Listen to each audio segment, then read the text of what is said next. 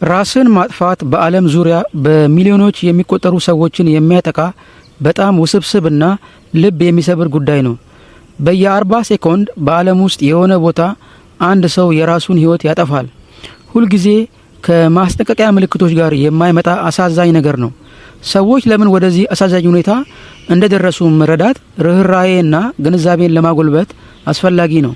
ዛሬ በዚህ ቪዲዮ ውስጥ በጥናትና በባለሙያዎች ግንዛቤ ላይ በመመስረት ሰዎች ራሳቸውን የሚያጠፉባቸውን 3 የተለመዱ ምክንያቶችን እንዳስሳለን። ምክንያት 1 ከባድ የመንፈስ ጭንቀት። ሰዎች የራሳቸውን ሕይወት የሚያጠፉበት በጣም የተለመደው ምክንያት ከባድ የመንፈስ ጭንቀት ነው። የመንፈስ ጭንቀት ሐዘን ብቻ አይደለም፣ ተስፋ መቁረጥና ሊቋቋሙት የማይችሉት የስሜት ስቃይ ነው።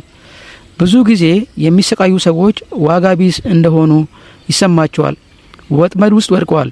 እናም በጣም አደገኛው ክፍል ብዙውን ጊዜ የተሰበሩ አይመስሉም፣ ፈገግ ይላሉ፣ ነገር ግን ውስጣቸው ቀስ በቀስ እየተጎዳ ይሄዳል።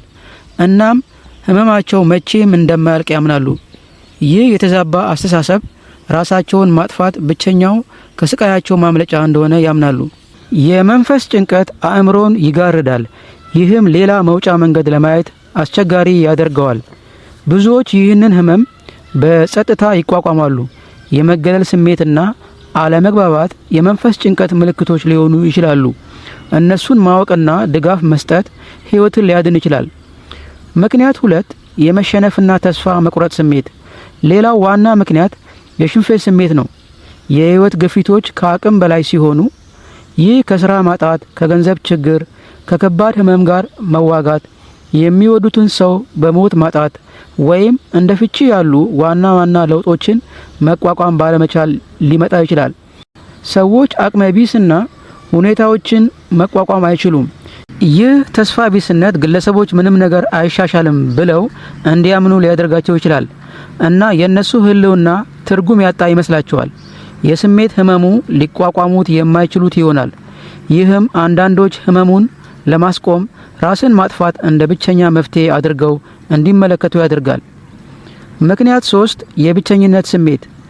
የምንኖረው ከምንጊዜውም በበለጠ በተቀራረበ ዓለም ውስጥ ቢሆንም ብቸኝነት ጸጥ ያለ ወረርሽኝ እየሆነ ነው። የሰው ልጅ ግንኙነት ለደህንነታችን ወሳኝ ነው። ከሰዎች ከባድ ኪሳራ ሲያጋጥማቸው፣ በሚወዱት ሰው ሲከዱ እና በማህበራዊ መገለል የተተዉና ብቸኝነት ሊሰማቸው ይችላሉ። ይህ ብቸኝነት የዋጋ ቢስነት ስሜትን ሊያባብስ ይችላል። ጉልበተኝነት፣ መድሎ እና አሰቃቂ ሁኔታ ለዚህ መገለል አስተዋጽኦ ያደርጋሉ። ይህም ህይወትን መቋቋም እንዳይችሉ ያደርጋቸዋል። ለብዙዎች ትርጉም ያለው ግንኙነትን ወይም የማህበረሰብ ድጋፍን በማጣት ላይ ያለው ህመም ራስን ለመግደል ሀሳቦች ወሳኝ ምክንያት ሊሆኑ ይችላሉ። ራስን ማጥፋት ከድክመት ወይም ከባህሪ ጉድለት ጋር በጭራሽ አይገናኝም። ይህ ከአቅም በላይ የሆነ ህመም እና እፎይታ ለማግኘት የሚደረግ ተስፋ ፍለጋ ውጤት ነው። የሚያውቁት ሰው ከነዚህ ስሜቶች ጋር የሚታገል ከሆነ እርዳታ እንደሚገኝ ማስታወሱ ጠቃሚ ነው።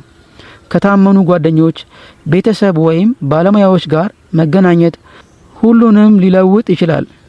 ስለተመለከቱን እናመሰግናለን። ቪዲዮን ከወደዱት ላይክ ያድርጉ። ሰብስክራይብ በማድረግ ቤተሰብ ይሁኑ።